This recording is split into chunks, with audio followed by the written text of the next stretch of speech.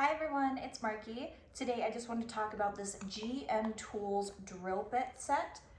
So this is a 13-piece set. The sizes go from 1/16 of an inch all the way up to a quarter of an inch.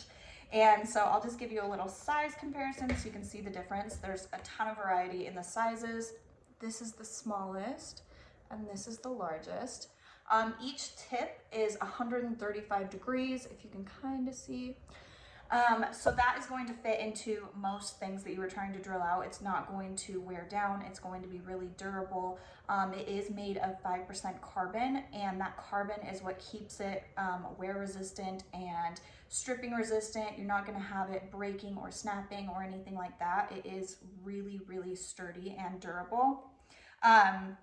These are also good for like steel. They'll go through cast iron.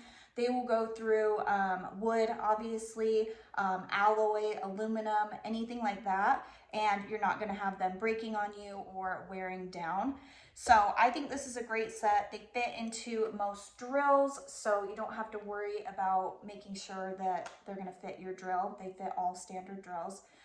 I think this is a great little set. I like how compact it is, and even though it's so compact, you still get a huge variety of size. So I hope this was helpful. Thank you.